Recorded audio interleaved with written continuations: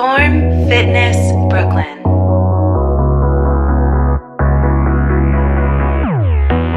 We're going to work on a deadlift variation today, just traditional deadlift using a kettlebell. So you're going to grab your kettlebell about hip width.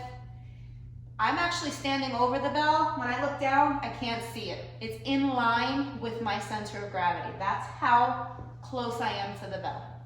I'm going to drive my butt all the way back. My chest comes forward so that I have a nice flat back, okay? And I grab the kettlebell, I lock my shoulders in place, and then I stand, pushing my feet through the floor, squeezing my glutes to finish the movement. I'm going to maintain a strong back by driving my butt, chest forward, butt back, and I bring it right back to where it was. And I do that again. Now notice, my feet are planted. I'm never shifted forward, I'm never shifted too far back. So if you feel your feet moving, or you see that your toes are rocking, you're already out of position. So focus on keeping your feet planted. Again, I'm holding tight at the belly button as I drive my hips back. My knees are bending slightly to allow me to get to the bell. My shoulders are locked in place. I stand and squeeze my glutes.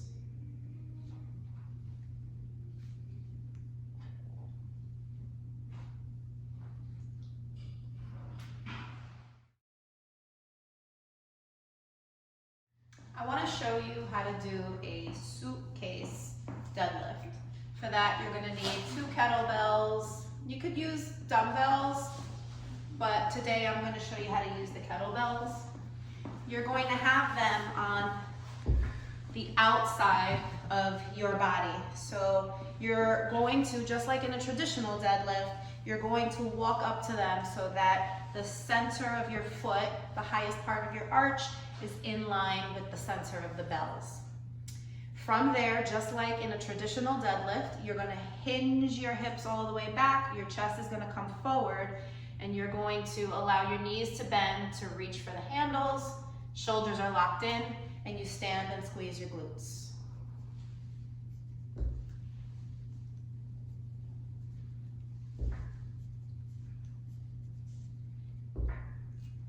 I'm going to show you a side view. Again, I walk right up to the bells. They're centered with me. I drive my hips back. My chest stays forward. My shoulders stay locked in place. And I stand and I squeeze my glutes. Notice I'm not driving my hips all the way forward. I'm focused on standing straight up, pushing my feet through the floor, and squeezing my glutes to fully extend my hips, but not to push my belly forward. Now, in all honesty, reaching the floor in this deadlift position and getting to the kettlebells is a challenging move, and some people need assistance. So I want to show you a quick way to make that a little bit easier to complete the movement. So if you have 2 yoga blocks or an even stack of books, you can just place them right outside of you, just like you would, and place the kettlebells on top of the yoga blocks. And then you're going to do the same exact thing, nice and strong, shoulders are locked back, stand, pushing your feet through the floor.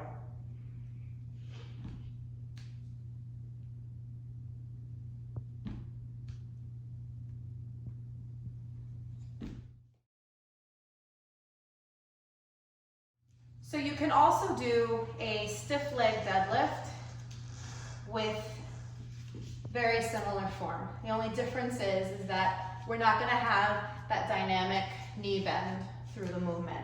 So you're going to drive your hips back and really focus on driving your hips.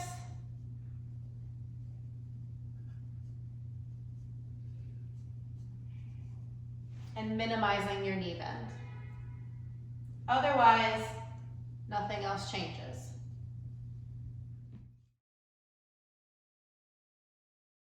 Okay, I want to show you how to do a staggered stance deadlift, and then we'll work into a single leg deadlift. I do want to point out that you can use dumbbells, kettlebells, anything. It really doesn't matter. Use what you have at home. The grip is the exact same thing, all right? Now, let me show you this. What I want to do is have my feet directly below my hips. I step one of my feet slightly behind me, not very far, maybe about 1 foot. Ball of the back foot. So I'm up on the ball of my back foot. Chest stays tall, drive my hips all the way back. The back knee has a bend, the front knee has a slight bend, and then I come back up. Drive my hips back. Look, the weights stay close to my body, not out, close, because I'm using my lats to stay on tension. And I'm looking for a nice big hamstring stretch in the front leg, excuse me. And then I squeeze my butt to come back up. I'm gonna show you a little more from the side. Hinge, push, push, push, push, squeeze.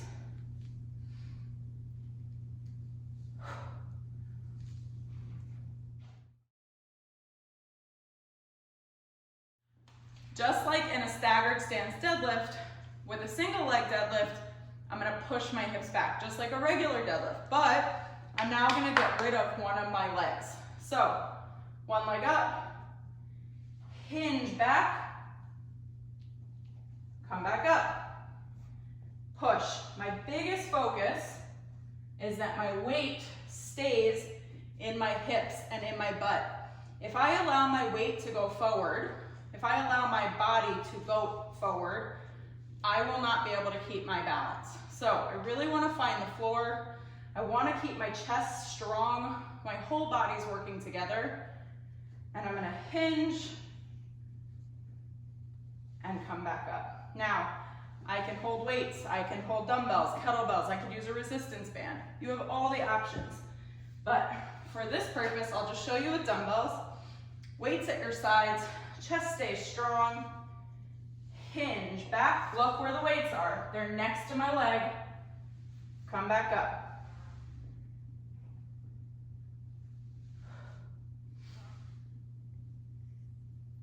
If I want to work on balance and I don't have a chair or anything, you all have a wall. The leg that's closest to the wall, I'm going to lift up. I'm still going to focus on hinging back. Push. Come back up. Push. Come back up. I'm letting this help me. Let me show you this way too. Hinge. Stand. Look, chest stays strong. None of this.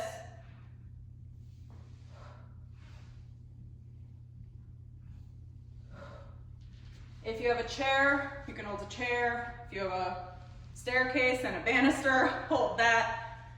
You can do all of these things slowly and progress your way up to doing it without holding on to anything.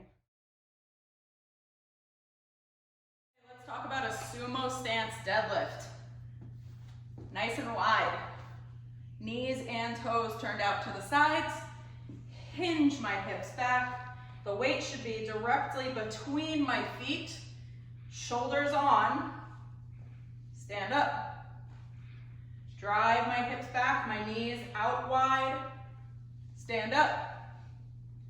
Now if you saw me a little bit more from the side, I'm still in that deadlift position, but I am much wider.